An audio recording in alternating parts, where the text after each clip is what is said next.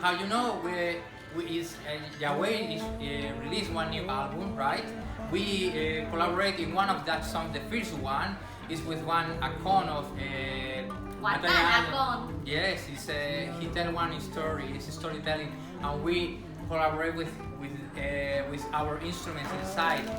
But the album is also very rich in different styles. He have like a city pop, rock, techno music, and ethnic music, right?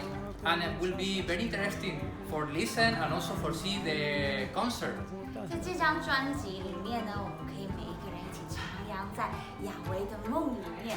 在亚维的梦有各种不一样的风格，而这一次的专辑的首唱会将要在3月31号的时候在 Legacy 正式举行。